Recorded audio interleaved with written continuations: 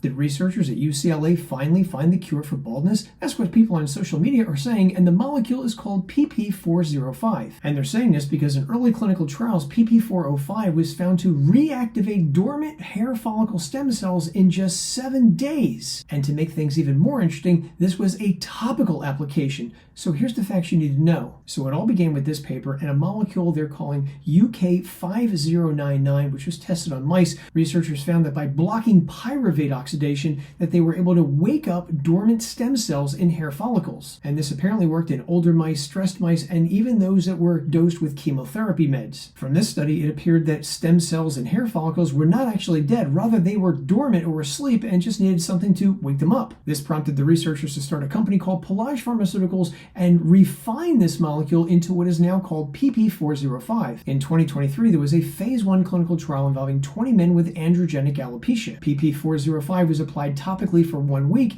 and the results showed what they call statistically significant activation of hair follicle stem cells. Something else that's interesting is they reported that PP405 was not systemically absorbed into the body. In other words, it appeared to remain on the scalp where it was applied. That in theory means less side effects. And then there's this trial from 2024. It's a phase 2 clinical trial, and here it is on clinicaltrials.gov. It's a double-blind, placebo-controlled trial, that's the best kind to do, involving 60 men and women with hair loss. This all sounds great. However, here's what you need to know. The full results of that phase 1 clinical trial, it hasn't been published in a medical journal yet. Rather, it's only been discussed at medical conferences. And as for the results of that phase 2 clinical trial, well, as of right now, there's no results on what happened there. So whether or not the cure for baldness is really at hand or not, we're just going to have to wait a few more years to find out.